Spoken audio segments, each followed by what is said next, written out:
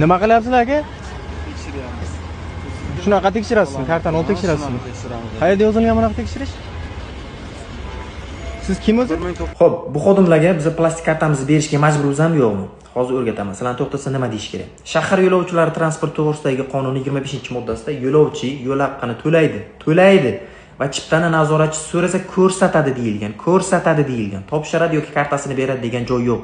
Men to'lovchini ko'rsataman, vazifam tugaydi deb ketaverasiz. 23-modda yo'lovchilarga qonunchilikda nazarda tutilmagan birorta talab qo'yish taqiqlanadi. Kartani bering, o'zim urib ko'raman, qaytadan tekshirishim kerak, berib turing, tudim, qonunda yo'qmi? Demak, bu talabni bajarish majburiy emas. Ketaveramiz sizlar.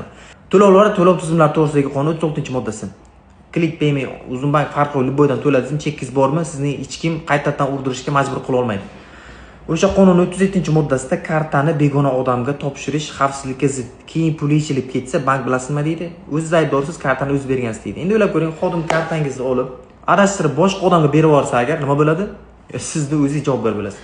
Konstitutsiyaning 31-moddasida shaxsiy hayot va shaxsiy ma'lumotlar daxlsiz. Mana telefonim, mana kartam, bu meni shaxsiy hayotim, shaxsiy mulkim hisoblanadi. Buni hech kim kuch bilan talab qila olmaydi, kim bo'lsa ham. Men yo'l haqqini to'ladim, chekini ko'rsataman, lekin kartamni olishingizga yoki meni ushlab turishga yoki qo'shimcha talab qo'yishingizga sizning haqqingiz yo'q, qonunda yo'q narsa deysiz. Simela gapirasiz. Siz yangi o'zbeksiz, qonuningizni bilasiz va hech kimga o'zingizni mensimaslikka ruxsat bermaysiz. Qanaqadir muammolar bo'lsa, yana qanaqadir mavzular sizlarni qiynatgan bo'lsa, kommentariyada yozasizlar. Men maksimal olib chiqishga harakat qilaman. Sizlar bilan yangi o'zbek.